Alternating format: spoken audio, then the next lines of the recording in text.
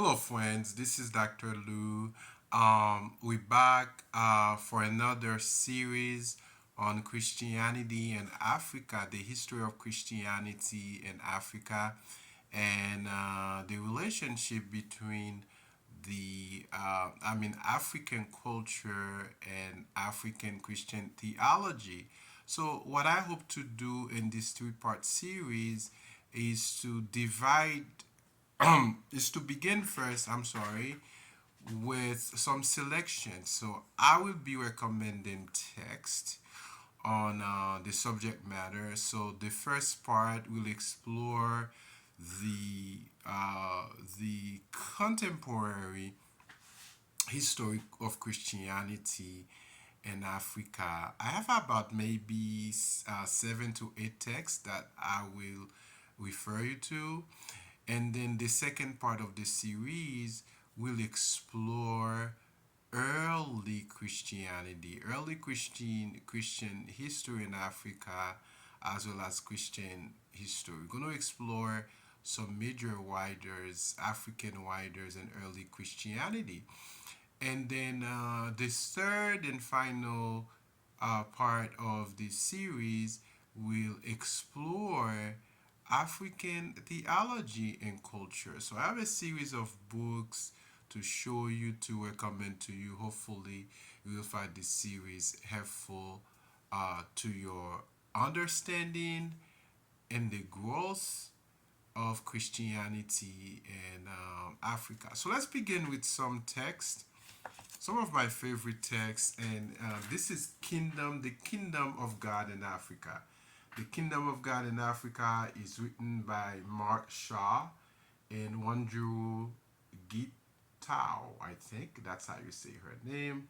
Uh, there.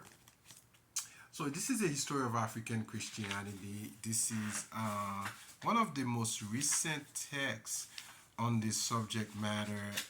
It's been revised and updated. In fact, in this text, both authors explore the beginning of Christianity as early as AD 600.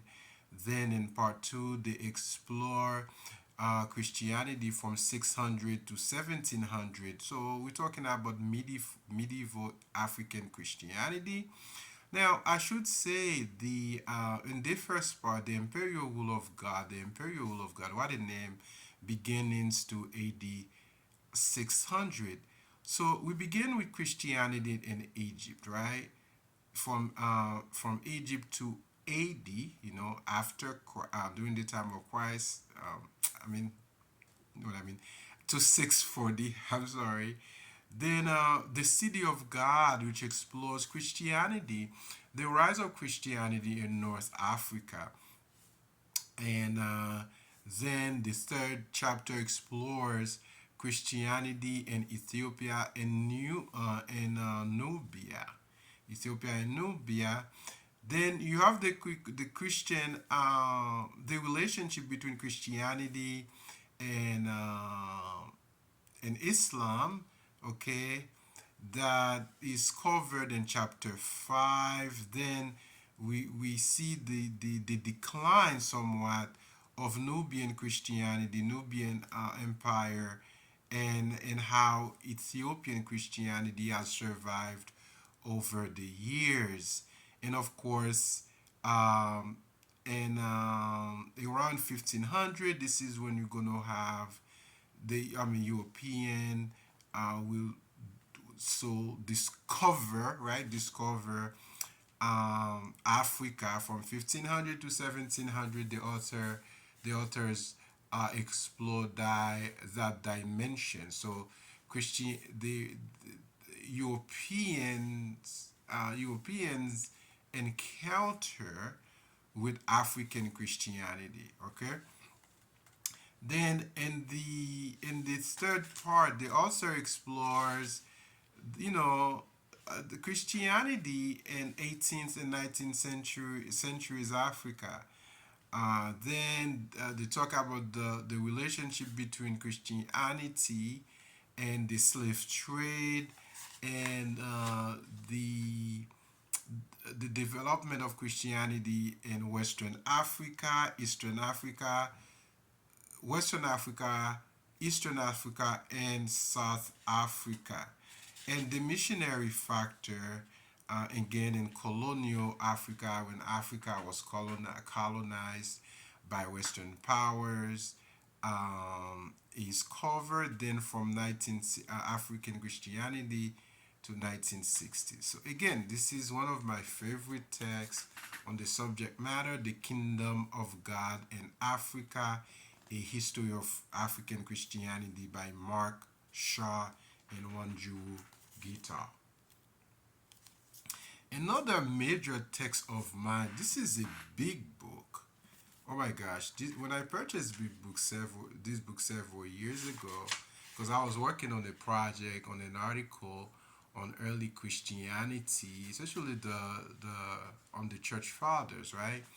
And I purchased this book to try to get some info. 691 pages. It's called The Orthodox Christian Witness in East Africa: Historical, Ecclesiological, and Theological Report. It's by Elikaya Andago Kihali. The Orthodox Christian Witness in East Africa: Historical, Ecclesiological, and Theological Reproach by Elekaya and Dago Kiali. Dr. Kiali also published another work on the history of Christianity in Africa. He's a priest.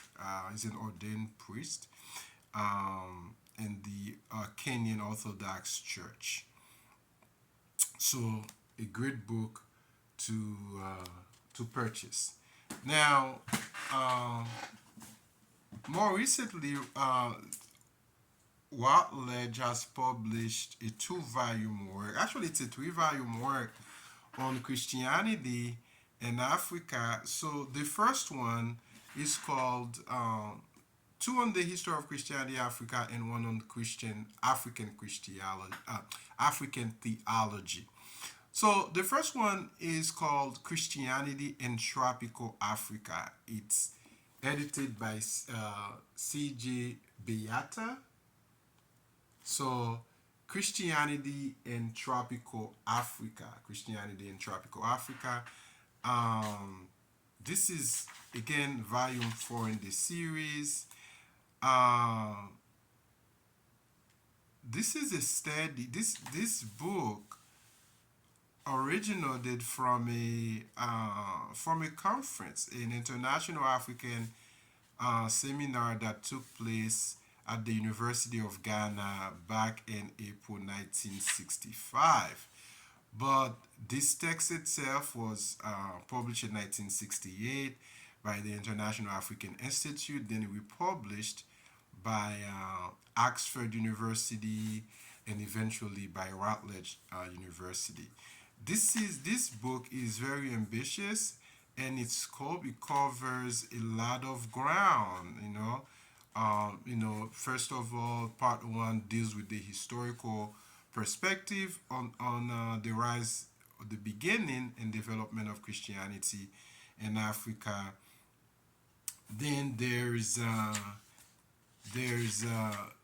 in part two explores the analytical perspective, for example, the engagement of Christianity with the African way of life, and of course the final part deals with the trends and prospects in African Christianity. So this is a book that has many contributors.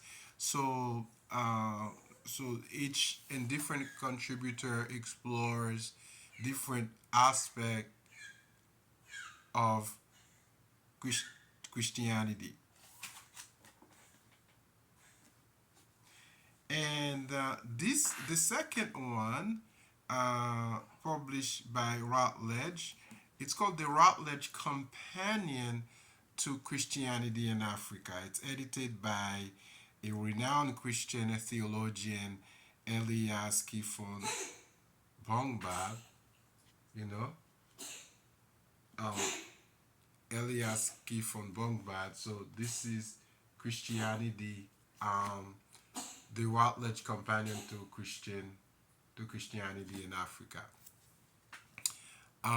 So the again, Professor Bongbag is well known for his important work on Christianity in Africa. Now, this is an edited volume that was published in 2016. So the book is composed of five five parts, and part one deals with historical perspectives within this. For example, Christianity in North Africa is also explored. Early Christian discourse and literature in North African Christianities. Then there's historical perspectives within this on West African Christianity. Then he also in part one covers Christianity development, or the development of Christianity in Eastern and West Eastern Africa. Then we have, women in African Christianities within this, okay, that is covered, and the function and role of the Bible is also covered in chapter 8. Now, this is a book of 33 chapters. So, in part 2, the authors explore modern developments and inter-religious dialogue, right? Inter-religious encounters.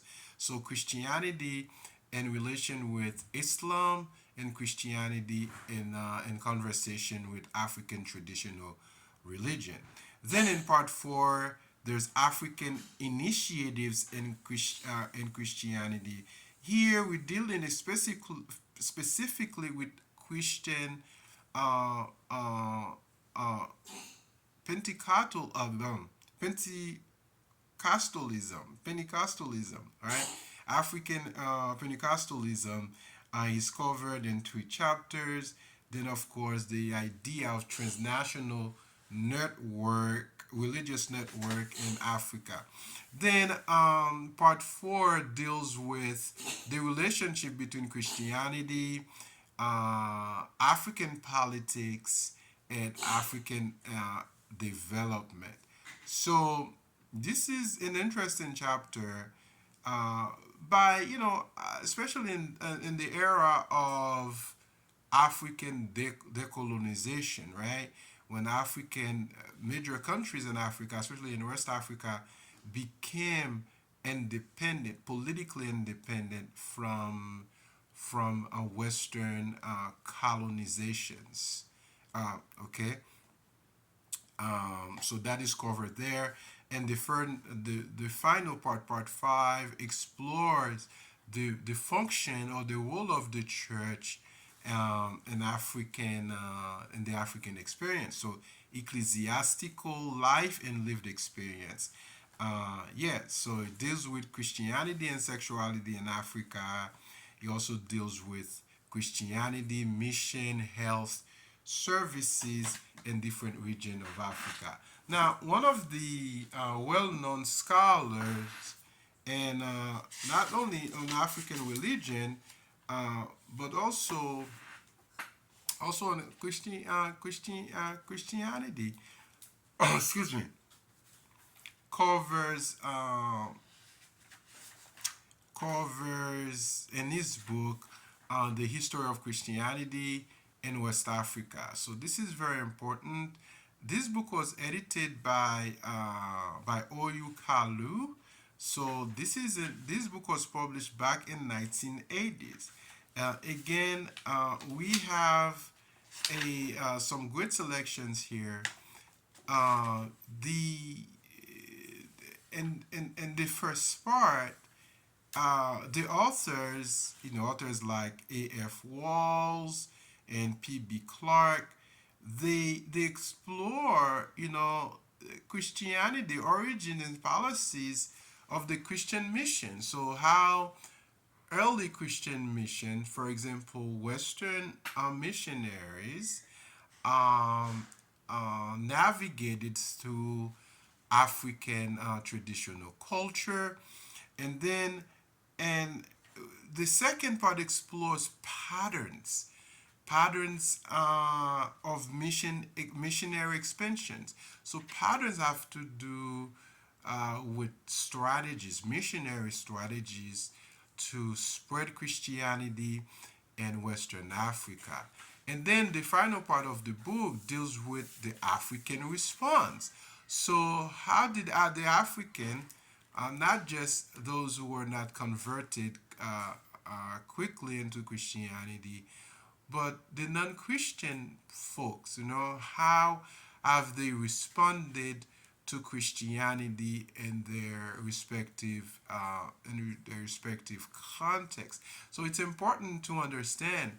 So Christianity, of course, one of the common response is the Africanization of Christianity in Africa. So it does with not only this part deals with varieties of our West African response to African Christianity, but also in the final part it deals with modern responses in the Western African church. Now, my next book that I want to recommend to you, actually, this is the cover of this book. I have a hardcover. I'm not sure why when I show the cover of the book it shows upside down. I'm not sure how to fix this problem. Even when I turn it upside down, it doesn't show the title of the book correctly. And I reverse it, same issues. Guys, forgive me for this, okay? So this book is a classic text on this church struggle in South Africa. And the foreword was written by Desmond Tutu. And John D. Gucci, okay, published this book. He published this book. Now, this is the 25th anniversary edition. So this book is critically important, right? He was first published in 1979. In fact, I was only 1 year old. So this is a classic text on the subject matter. So chapter one deals with historical origins of the church, the Christian church in South Africa. Then the second chapter deals with how the church has responded to the apartheid movement. Well, I guess forgive me if I mispronounce the word here. The movement, and then the church engagement with the growing conflict on racial discrimination in this South African culture. Then chapter 4 deals with how black activists, for example, Christian activists, practice resistance, okay, against the against racial discrimination. Um, the last chapter covers the struggle, okay, struggles of the church to find itself, okay, to redefine itself in post-apartheid South Africa. Now, uh, one of my favorite texts on modern or contemporary Christianity um, in Africa is written by Elizabeth Isechai. I think Isechai or Isaiche. Again, I'm sorry for mispronouncing the names. Okay, um, my African friends, please forgive me for this. So this is one of my favorite texts on the subject matter. It it is designed to be an introductory text on the subject matter. So what Elizabeth tries to do here in the first chapter is to explore, to provide an overview of the rise or the beginning of North African Christianity in antiquity. So in ancient times, then she goes on to discuss Christianity in medieval Africa from 1500 to 1800, to the rise of European colonization in Africa and the slave trade. Then you have the great Western mission renewed, that is covered. Then there's a chapter, in fact, in this book that covers Christianity in Southern Africa to 1900, and then Christianity in East and Central Africa to 1900, then West Africa to 1900, then Christianity in West Central Africa. Then she goes back to Northern Africa and Eastern Africa from 1900 to 1960.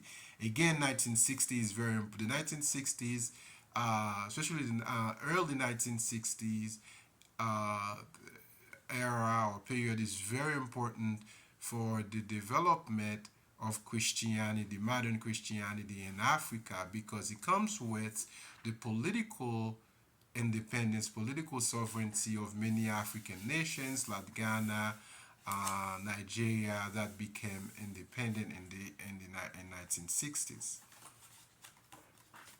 Great text. Um, Now there are two more texts I'm going to bring your attention to. It's Christianity in Independent Africa. Christianity in Independent Africa. So we're talking about after 1960s.